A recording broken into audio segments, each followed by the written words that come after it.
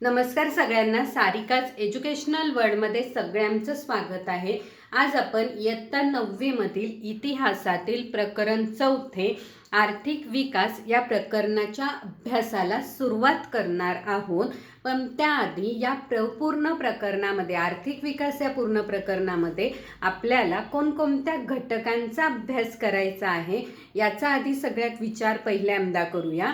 आर्थिक विकास या प्रकरणामध्ये आपल्याला भारताला स्वातंत्र्य मिळण्याआधीच भारताचा कारभार किंवा विकास घडवून आणण्यासाठी कोणत्या अर्थव्यवस्थेचा स्वीकार करायला हवा, का करायला हवा आणि त्यातून कोणती अर्थव्यवस्था स्वीकारण्यात आली, या अर्थव्यवस्थेचे एकूण किती प्रकार आहेत, ते कोणकोणते आहेत, त्याचे काय फायदे आहेत, काय तोटे आहेत, त्यानंतर जी अर्थव्यवस्था भारताने स्वीकारली त्याचे काय वैशिष्ट्य आहे आणि या अर्थव्यवस्थेनुसार विकास घडवून आणण्यासाठी कोणकोणत्या योजना राबविण्यात आल्या, त्यानंतर बँकांचा जर विचार केला तर बँकांमध्ये कोणकोणते बदल घडवून आणण्यात आले आणि हे सर्व करत असताना कामगारांच्या कोणकोणत्या समस्या निर्माण झाल्या, त्यातून संप का करण्यात आले आणि हा संप किंवा समस्या सोडविण्यासाठी पुन्हा कोणतं नवीन धोरण राबविण्यात आलं, या सर्व घटकांचा अभ्यास आपल्याला या प्रकरणामध्ये करायचा आहे। आपला पहिला जो घटक आहे तो म्हणजे मिश्र अर्थव्यवस्था। भारताचा जर विचार केला तर भारतामध्ये 1947 मध्ये भारताला स्वातंत्र्य मिळण्यासाठी अनेक पोषक असं वातावरण निर्माण झालेलं होतं आणि त्यातून जी मुख्य नेते मंडळी होती त्यांनी भारताचा विकास घडवून आणण्यासाठी स्वातंत्र्य मिळण्याआधीच कोणत्या अर्थव्यवस्थेचा स्वीकार करायला हवा याचा विचार करायला सुरुवात केली आणि या विचारातून जे अनेक नेत्यांच्या मतातून किंवा अभ्यासामधून पंडित नेहरू यांनी कोणत्याही टोकाची भूमिका न घेता किंवा कोणत्याही प्रकारचा घाईगडबडीत निर्णय न घेता मध्यम मार्गाचा स्वीकार केला। कारण त्यांच्या अभ्यासानुसार काही देशांमध्ये भांडवलशाही अर्थव्यवस्था होती तर काही देशांमध्ये समाजवादी अर्थव्यवस्था होती, पण या दोन्ही अर्थव्यवस्थेचा जर विचार केला तर त्या अर्थव्यवस्थेमुळे देशाला काही फायदे होत होते तसेच काही तोटे सुद्धा होत होते।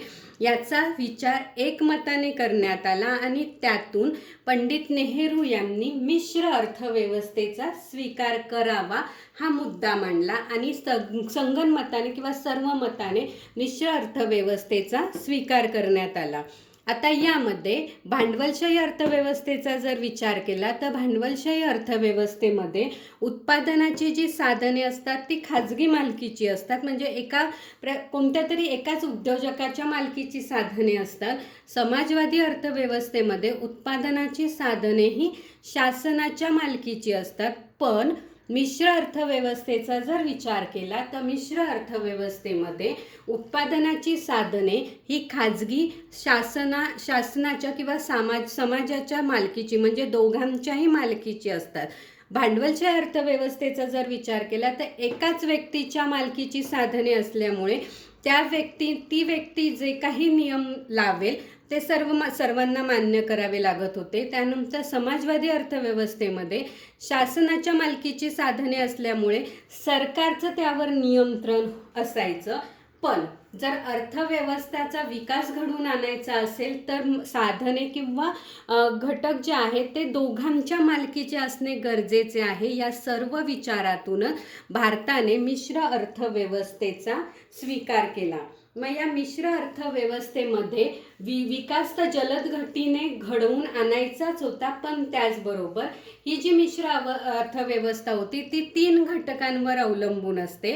पहिला आहे सार्वजनिक क्षेत्र, म्हणजे या मिश्र अर्थव्यवस्थेमधील पहिला जे क्षेत्र आहे सार्वजनिक, या क्षेत्रातील जे उद्योगधंदे आहेत ते पूर्णपणे सरकारच्या नियंत्रणाखाली असतात, म्हणजे त्यावर फक्त सरकारचंच व्यवस्थापन केलं जातं। यामध्ये संरक्षण आणि साहित्यांचे उत्पादन करणारे जे काही कारखाने किंवा कंपन्या असतात त्यावरती सरकारचं नियंत्रण असतं। संरक्षण किंवा साहित्य म्हणजे मोठ्या प्रमाणात शस्त्रास्त्र निर्माण करणे, दारुगोळा निर्माण करणे किंवा जे काही देशाला संरक्षण पुरविण्यासाठी जे काही घटक असतात त्याचं उत्पादन करण्याचं काम हे फक्त या क्षेत्रामध्ये केलं जातं किंवा या सरकारच्या नियंत्रणाखाली असलेल्या कारखान्यांमध्ये कंपन्यांमध्ये केलं जातं।